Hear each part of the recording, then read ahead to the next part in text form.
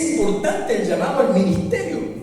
No porque cuando alguien, mire, alguien es llamado, no está siendo llamado a simplemente hacer reuniones, a congregar gente. No, eso no es.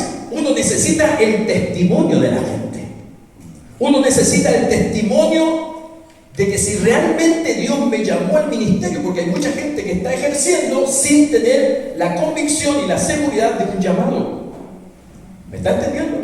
Cuando una persona no ha sido delegada, cuando una persona, ¿cierto?, no ha sido comisionada, no ha sido enviada de parte de Dios, mire, hay un problema. Parece sencillo, pues no es tan sencillo.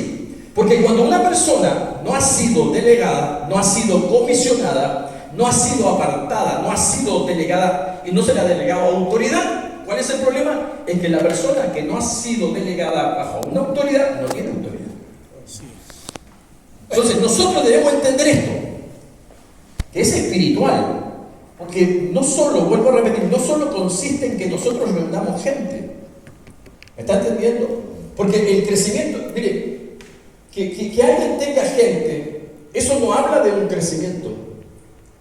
Eso no habla de madurez espiritual. Podemos tener mucha gente, pero eso no habla de un crecimiento, porque el crecimiento no tiene que ver con número. Es importante, pero no tiene que ver con número, tiene que ver con madurez. Cuando Jesús dijo, vayan y hagan discípulos, ¿cierto? Y hagan discípulos. La tarea más difícil es hacer discípulos, no creyentes.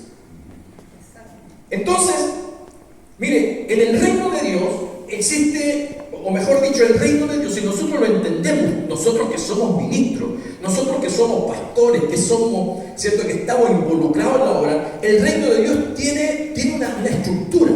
El reino de Dios tiene un orden.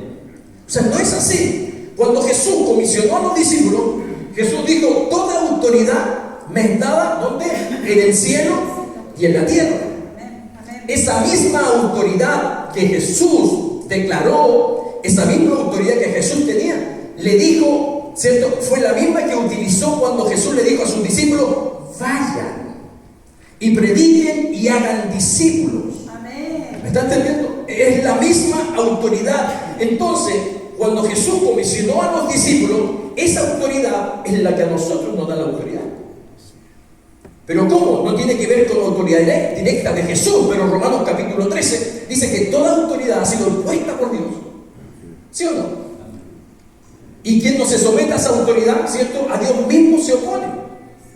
Entonces esto nos habla de que hay una autoridad impuesta por Dios. Cuando alguien ha puesto, o mejor dicho, cuando alguien ha sido puesto por Dios a través de autoridades que ha puesto Dios mismo en la iglesia para confirmar la vida de aquellos que están llamados al ministerio, entonces esas personas que están bajo autoridad tienen autoridad.